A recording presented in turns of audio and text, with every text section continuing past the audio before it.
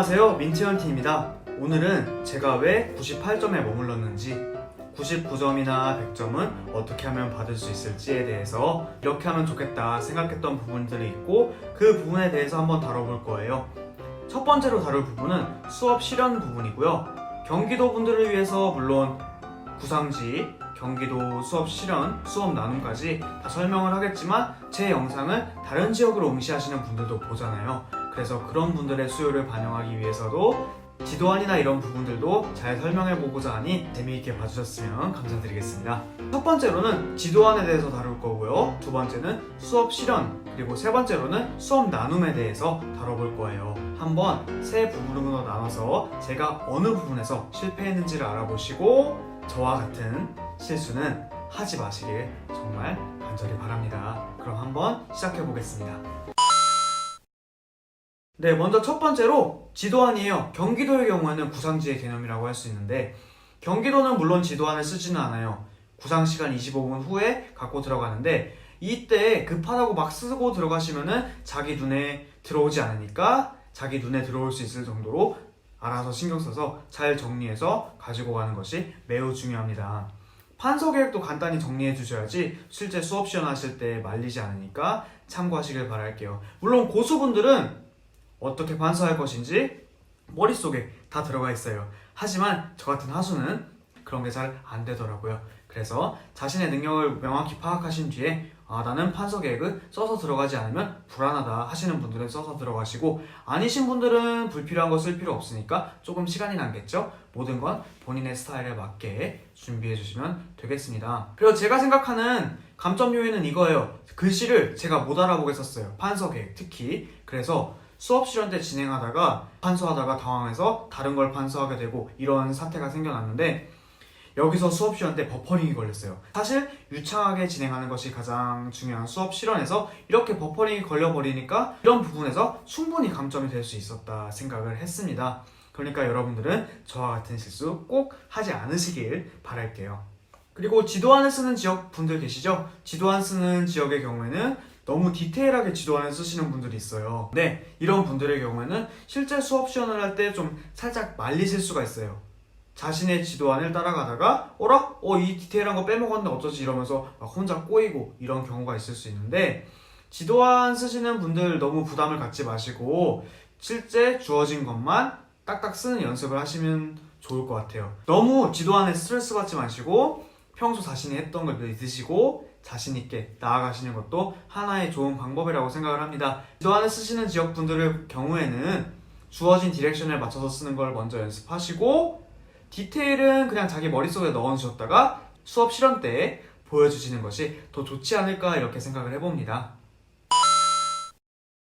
두 번째 부분은요, 수업 실현이에요. 경기도는 일단 15분이고 서울이 20분이고 지역마다 차이가 있다는 점 먼저 알아두시고 자신의 지역에 맞게 준비를 하시고요. 수업의 도입 전개 정리를 다 하는데 모두 집착하지 말고 주어진 거 하라는 것만 먼저 하는 것이 고득점의 핵심 요소가 아닐까 생각을 해봅니다. 물론 괴물 같으신 분들은 도입 전개 정리 다 하시고 잘 받으시는 분들도 있어요.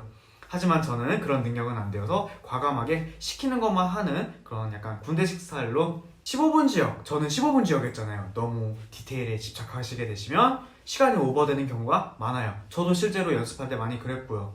저는 한 14분 55초 정도로 간신히 맞춘 편인데 너무 디테일한 거에 얽매이시는 분들은 15분 지역이 좀 맞지 않을 수도 있어요. 다음은 제가 좋은 성적을 거두지 못했던 실패 요인에 대해서 말씀드려 볼게요. 첫 번째로는 판서 계획이 완전 꼬였어요. 아까 말씀드렸듯이 글씨를 너무 잘못 쓴 관계로 3등분해서 칠판을 활용하는 스타일로 수업을 구성했었는데 14분쯤 되었을 때 한쪽을 안 써버린 거예요. 그래서 너무 당황했고 급히 프로그래밍 코드를 쓰면서 자 이게 이거다 뭐 이런 식으로 설명을 했었는데 이때 너무 급조해서 쓰는 모습이 많이 보였을 거라 생각해요. 채점하시는 분들에게. 그래서 감점 요소가 충분히 될 수 있었다 생각을 하고요.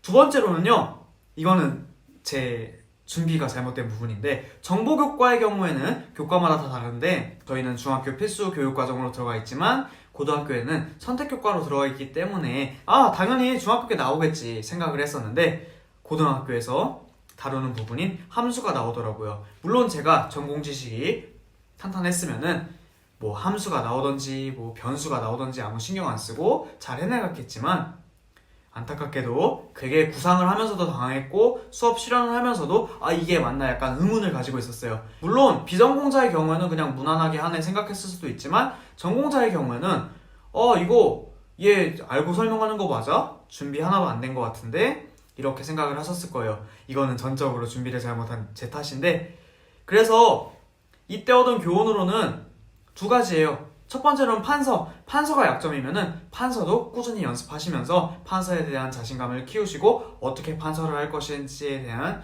계획도 꼭 머릿속에 마련해 두시기 바라고요. 두 번째로는 준비성의 측면인데요. 평소 2차 준비하실 때 교과서 분석하시잖아요. 물론 과목마다 교과서를 꼭 봐야 되는 과목도 있고 아니다 그냥 예상 문제만 풀어도 되는 과목이 있고 한데 그거는 과목에 맞춰서 알아서 하시고 자신이 실현 연습을 하지 않는 단원도 있어요. 그런데 그런 부분도 내가 실현자면은 어떻게 할 것인지에 대해서 꼭 고민을 하시고 꼭 계획을 짜서 가시는 것이 중요하다고 생각합니다. 세 번째 부분인데요. 경기도 분들이 많이 관심을 가지실 수업 나눔이에요. 처음 나눔 연습을 하시게 되시면은 자신감이 사라지시는 분들이 많을 거예요. 이렇게 내가 할 말이 없었나? 이거 나 뭐 사범대 나온 사람 맞아? 이런 고민들을 하실 텐데 정말 저도 아무 말 대잔치 하는 느낌이었으니까 똑같은 단계에서 시작한다 생각하시고 자신감을 가지고 많이 연습을 하세요. 연습하다 보면은 말하는 시간도 자연스럽게 늘어나고 할 말도 정말 많이 늘어나게 되니까요. 걱정 마세요. 연습 문항들 있잖아요. 그런 것들은 네이버 블로그에 경기도 수업 나눔이라 쳐보면은 많은 문항들이 있어요. 그래서 스터디 하시는 분들의 도움을 받아서 연습을 하시면 좋을 것 같습니다. 다음은 제가 생각하는 수업 나눔에서 감점 요인이에요. 제 성적을 보신 분들은 알겠지만 수업 나눔 점수가 제일 낮아요. 저는 사실 시험 끝나고 나오면서 수업 실현은 그래도 선방했는데 수업 나눔은 29점 이상은 못 받겠다. 정말 망쳤다 생각을 했는데 그래도 생각보다는 점수가 잘 나온 편이라 다행이지만 시험장을 나올 땐 정말 아찔했어요. 아직도 그때 기분이 생각이 나는데 아무튼 제가 실제 시험장에서 나눔이 시작하자마자 제대로 말을 해야 되는데 횡설수설되기 시작했던 것 같아요. 말에 자신감이 없게 했고 그래서 망했다 생각했는데 정말 천만다행이죠. 이렇게 잘 나왔으니까.